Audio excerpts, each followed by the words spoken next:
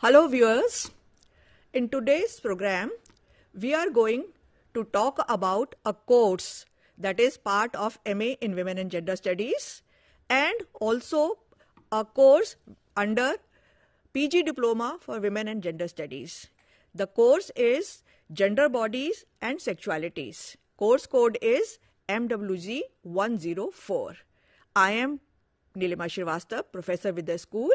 Today we have with us Dr. Sunita Dhal, who is a course coordinator, and we are going to discuss about the structure, what do you expect in this course, and also what are especially the concepts, so that you have a conceptual understanding of how to go about this course. Sunita, would you like to discuss why it is important for the students or learners to have this course for in this program, and what will they gain out of after studying this course? Thank you so much, Nilima. Since the course name is Gender Bodies and Sexualities, learners will be able to understand the complexity or the relationship between gender, embodiment, self, and how it gets reflected through different feminist concepts like body politics, sexual objectification, commodification of the body, reproductive technology, disability, so on and so forth. So what would be the learning outcomes of this program? Let's start with that, because it will be more clearer for our learners to be able to conceptualize in terms of key themes and key outcomes, we would say. So in this session, you will be able to know the key themes of the course content, which Professor Shrivastava and me, we are going to explain to the learners.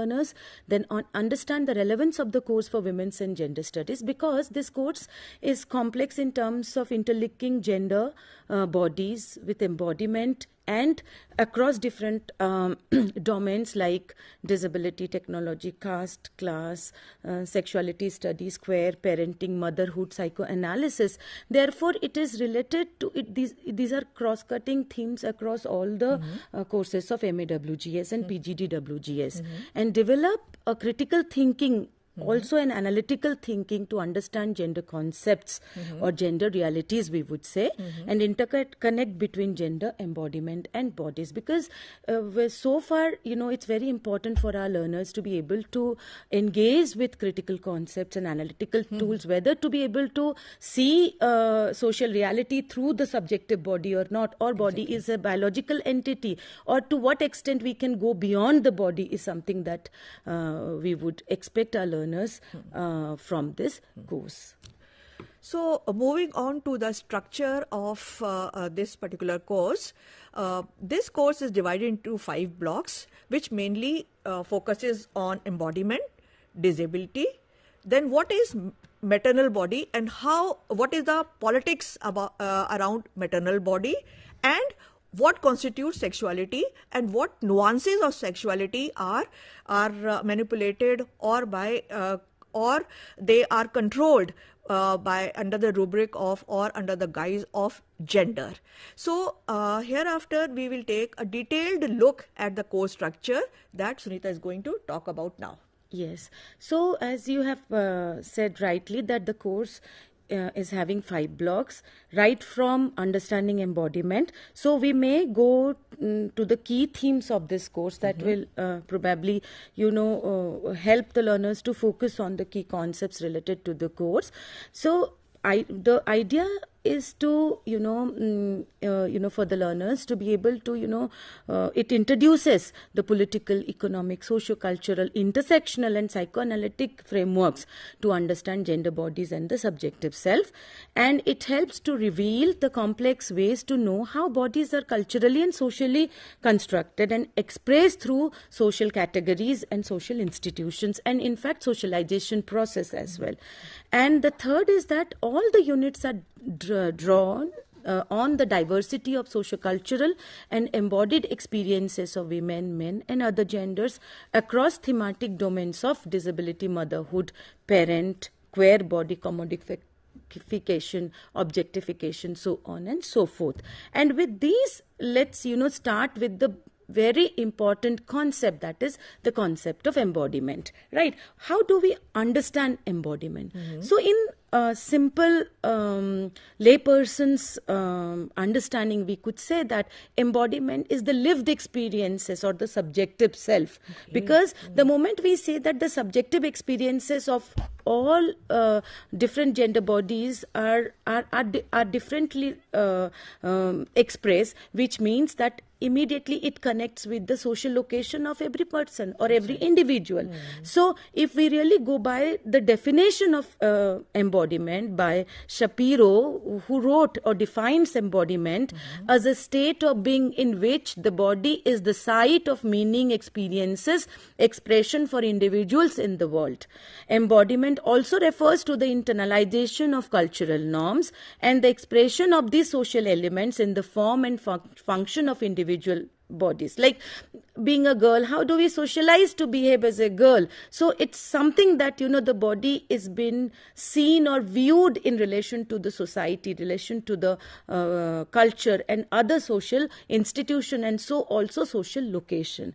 And when we are explaining embodiment in form of subjective self or the lived experiences of the individual, so in a way it leads to the notion of body politics. That is the second concept, like, Nilima, what is understood as body politics. To go ahead with the discussion, let me tell you about what is understood by body politics. If you recall what you have studied in MWG 102, that is Gender and Power, that was the course in the first semester of both the programs. There, if you remember, you have also learned about sex-gender system. So from there onwards, we can pick up the discussion of what is understood by body politics. You know that that feminists have always questioned, they have challenged the binaries that patriarchy has produced or that the society has now accepted, and they think that it is part of their lived experiences, that everything is divided into, say, binaries, to start with sex and gender, then male and female, nature and culture, public and private dichotomy. Yes. All these, by making binaries, it is like pitching one particular understanding of self with respect to the other understanding of self. From this emerges the rest of the questions that feminists pose, like how are gender roles assigned? They are assigned based on the same biology, the same body. Binary, the biology oblique culture, or nature versus culture. Then how is the socialization taking place? The gender socialization that we would like to call here is again based on the ascribed gender to an individual. Same with stereotypes and so forth. We can keep on talking about how these body politics or binaries that are created in any society have their direct implication or have direct effect on the identity of a person, and that is what feminists call as body politics. In the next part of the discussion, we are going to take you through several concepts that are very well or closely related to body politics, and you will be reading about these concepts in much detail in the course that you will be going through in the second semester of both the programs. So, can you talk about what is sexualization of body? Yes. So, when we are talking about, rightly the discussion emerged with the notion of body politics, and I would just like to read the quote by Susan Bourdieu, because she is a pioneering feminist theoretician, and it's there in the course material also.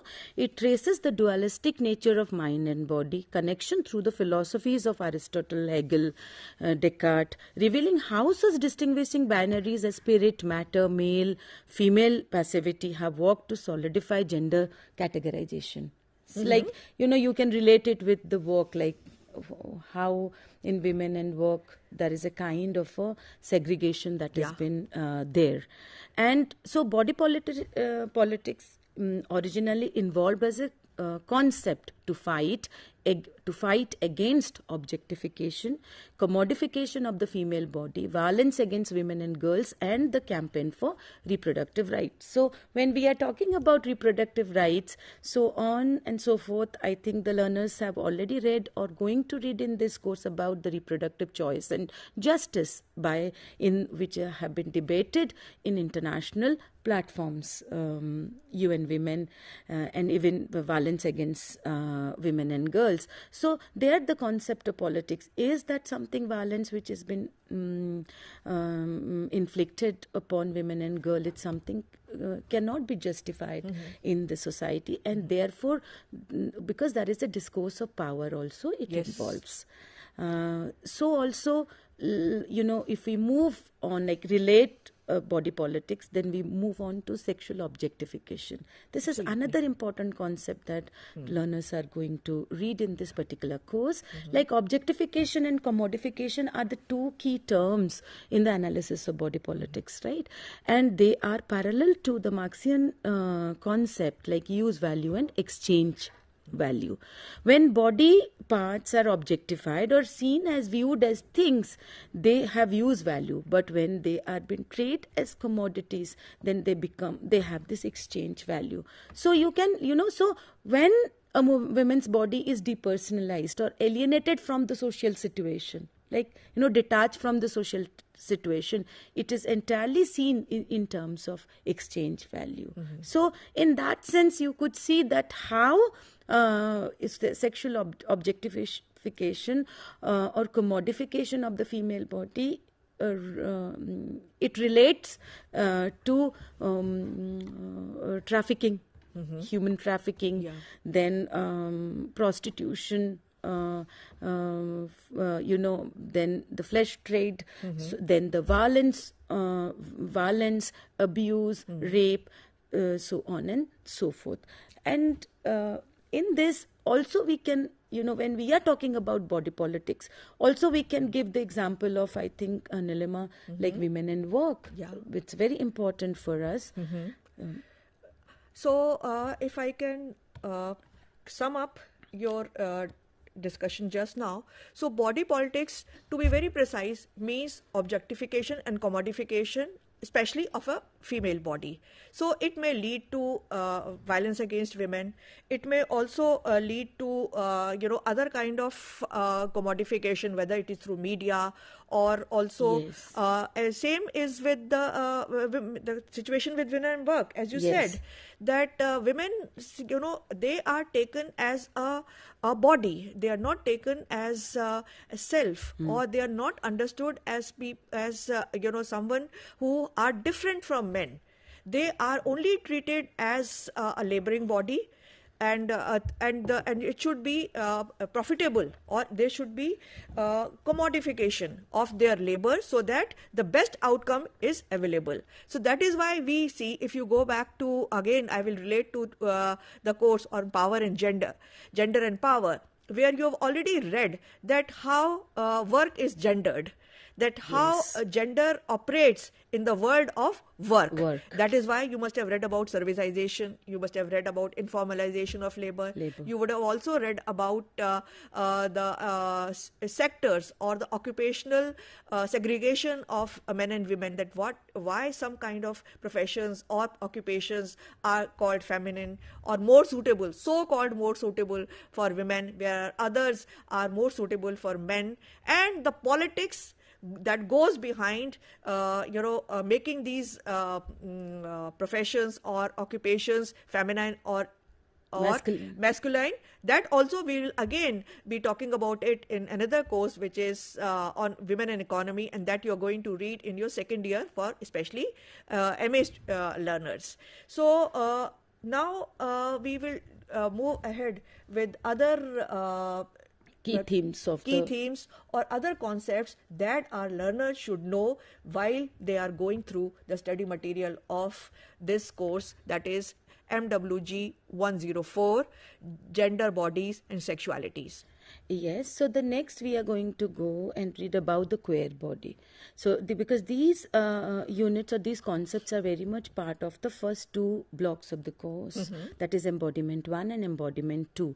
So, the basic concepts related to queer theory borrows from the feminist and the race critics, which deals with the question of invisibilization of the queer body in this patriarchal setup or the structure. So, there is a need for socio-cultural recognition and legal acceptance of the queer body. Therefore, queer theorists across the world, they seek to ascertain the identity of the queer body by addressing the question of the one and the other. Again relate to the notion of body politics and the embodiment. Like, is it that the category, of one which is dominant vis-a-vis the other, which is the marginalized body, or that we need to, as scholars or students of gender studies, women's and gender studies, we need to think beyond these categories of one and the other. So going back to the definition or the concept of body politics. So you can very well relate to the queer body, that how this is that why there is problem in acceptance of a queer body in society in general, and why queer people say that one has to move beyond the binaries, or binaries are not a fixed category, and there have to be fluidity among the binaries, so that we understand how embodiment takes place and how each one of us may view oneself vis-a-vis our social situation, vis-a-vis social situation, or the social milieu in which one is operating or one is functioning. So we come to the next concept, which is disabilism. Yes. And Sunita, will you talk about disabilism now? Disabilism, yes. There is one block dedicated on ableism and disabilism, and that is the third block of this course. And so how do we understand disabilism? So it has been written, the first unit has been contributed by Professor Anita Ghai, a disability scholar in India. So and I quote Tarshi from the unit, that what is to be understood as disabilism, this is the normative culture both in India and world over, carries existential and aesthetic anxieties about differences of any kind, be it caste, class, gender, or disability. So this is borne out by the people who have lived a peripheral existence on account of the deviation from the social parameters, or what we call the social norms, all the socio-cultural expectations that are considered normative, leading to a creation of a living reality of acute marginalization, discrimination, and stigmatization. So in this entire block, the learners will attempt to highlight the pervasive and deep-rooted beliefs or values that color societal expectation about disability, sexuality, masculinity, and motherhood. So there are, that there are myths associated with disability and motherhood, and therefore the block interrogates how disability is viewed as a punishment, like for misdeeds committed in previous lives, that is the law of karma, and perceptions lead to these perceptions automatically lead to rejection, segregation, and stigmatization of the disabled population by the non-disabled persons. So this is how this body, this block is going to introduce to the learners about defining disabilism and ableism, and how the concept of disabilism is linked to motherhood, masculinity, and sexuality. So, and with so many examples. And in the next, we move on to our, to the discussion on positioning the female body in the context of technology and surrogacy. It's very important, like, in the first course, that is MWG 101, Theories of Women's and Gender Studies, learners have already read about feminist critique of science, feminist critique of technology, feminist critique of social sciences. So in this particular course, learners are going to read about particularly new reproductive technology and its relationship with surrogacy. So here we say that, like I quote Jyotsna Agnihotri Gupta, who argues that globalization of new reproductive technologies is increasingly penetrating in arenas of contraception, assisted conception, screening of fetus for genetic purpose, sex selection, leaving impacts on the female body and their health.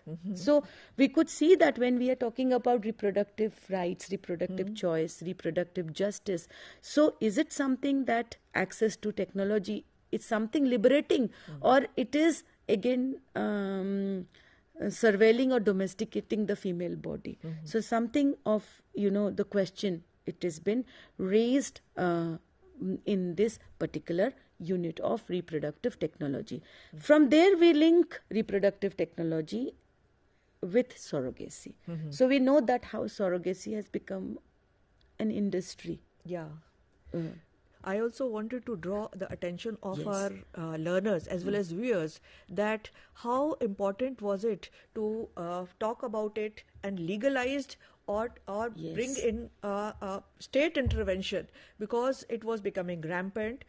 And the feminists were always questioning that a woman's body is being used as a machine, as a reproductive machine, rather than looking at the health consequences as well as the social consequences, and how women's body in the third world or in developing world, how they are being used or they are being accessed by those societies who are so-called more developed and have more resources at their expense, and how they are buying this kind of technologies and services. Yes. So it is very, very important to understand it from a feminist perspective, that why feminists talk about surrogacy being again. It's a subjugation. So that it is debates. Everything. It is not only subjugation. I will also call it oppression. Of women's agency as well as women's body. Because many of the time the surrogacy takes place without the woman being ready for it, but because of the social pressures from all the sections of society, whether it is a family or for the medical fraternity, and from the perspective of the client. And also market plays a very important role. Exactly. So all of these debates are the learners are going to read here in this unit on surrogacy, which speaks about how surrogacy is able to push motherhood or the pregnancy from private to the public sphere, from care to work. Yes, and in doing so is able to destabilize binary notions of women's roles and capabilities. So in its alleged commercialization of motherhood, as you said, like buying services, right? Motherhood surrogacy involves the body of the poor and the marginalized, underprivileged women. Therefore, the societies which are overwhelmingly patriarchal and heteronormative in nature, women's bodies become the resources with which they negotiate the complex realities. So, so therefore it's very important for us to, in fact, critically look at surrogacy and reproductive technology, because whether it's more of, in terms of its health efficacy, in terms of the choices, in terms of agencies and decision making. So whether it is a form of surrogacy is a form of work, or choices involved. So these questions, or how does market operate, all of these debates are there in this particular unit. And then from there we move on to one of the most significant units of this course, that is androgynous body. And what is understood as androgynous body?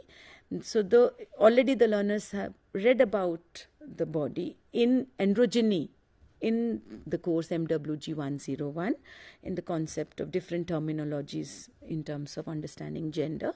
So the concept of androgyny, the physically transgendered body being just one of them, right? And androgyny has been represented in ancient times through mythology, art, religion, culture.